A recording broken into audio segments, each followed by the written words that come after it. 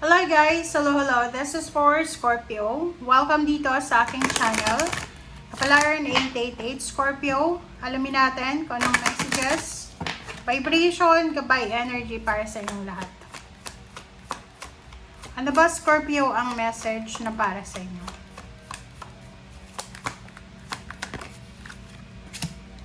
Okay, distant horizons.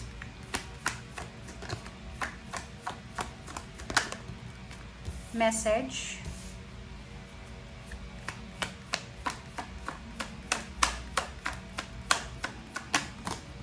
And house. Okay. This month of March, possible na may mga Scorpio na kayo ay makakatanggap ng sulat galing sa malayong lugar. Or maybe this is from international. Maybe love life. Pwedeng may magkakagusto sa'yo. Like sa Facebook, pwedeng may magme-message sa'yo na ibang lahi or ibang individual. Pwede din ikaw na this March ay magta-travel ka, pabalik sa iyong bahay, sa iyong pamilya, or sinasabi ng bara sa'yo na if you are an OFW, pwedeng tapos na yung kontrata mo yung Marso, so kailangan mo nang umuwi ng Pilipinas. So, eto, nakikita natin yung travel.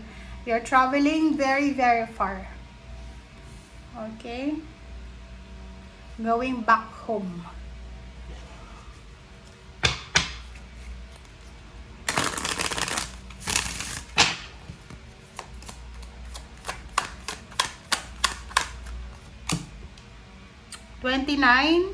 This is 11. Wow! So, yung March mo napakaganda, Scorpio. Nasaan ka man ngayon habang nanonood ka? Dito sure na you are excited. You're excited kasi ang daming selebrasyon na isi-celebrate kayo for the month of March. Marami kayong selebrasyon, marami kayong plano. Kung makikita mo dito, sinasabi ng barahan na slow down. I-enjoy mo kung magbabakasyon ka this March, mag-enjoy ka. Relax, slow down, and celebrate yourself. So, maraming handaan. Is either birthday party, ng family, graduation, ano ba? Wedding anniversaries, fiesta, Holy Week, parang ganun. So, yun. Yun ang first message mo dito sa second deck.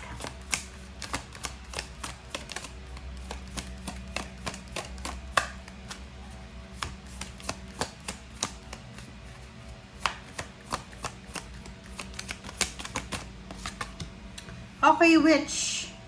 Wow, congrats! Congratulations sa lahat ng Scorpio na, like for example, may kaso ka, na involved ka, or pwedeng meron na umapi sa'yo. Ngayong buwan ng Marso ay makukuha mo yung justice. Okay? Makukuha mo yung hustisya. There's a good karma coming para sa'yo this March.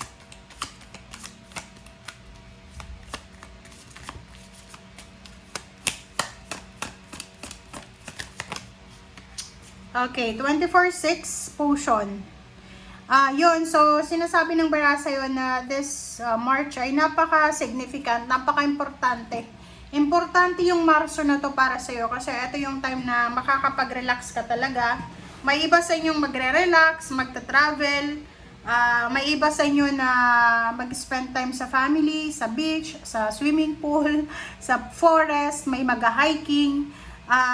Merong magsi-self-love sila, pwedeng magbabago sila ng hairstyle, yung iba, ang dami yung plano na gawin. Okay?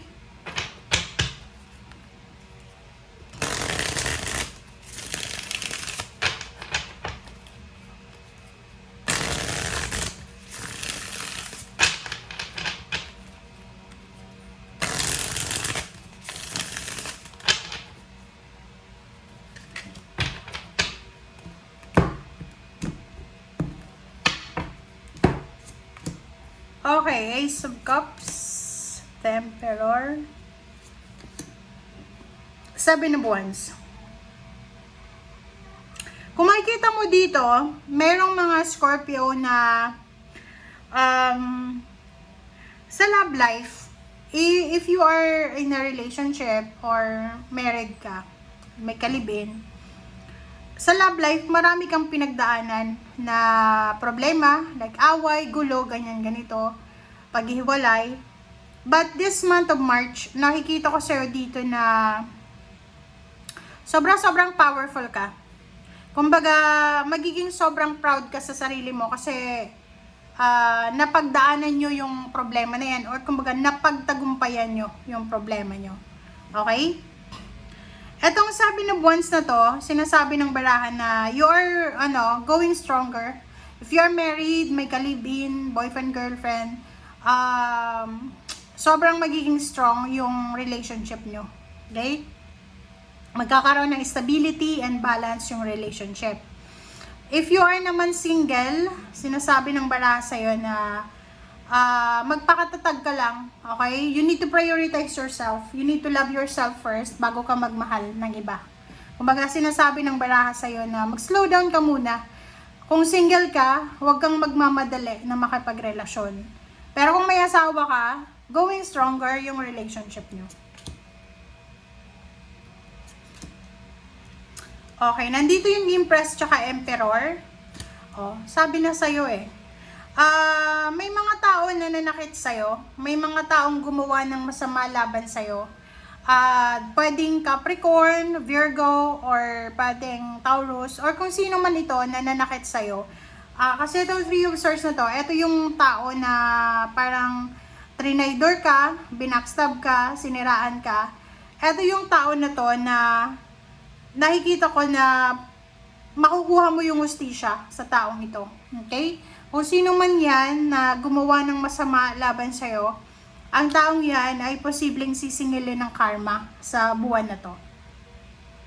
Nakikita ko yung yung excitement mo, nakikita ko yung yung motivation mo.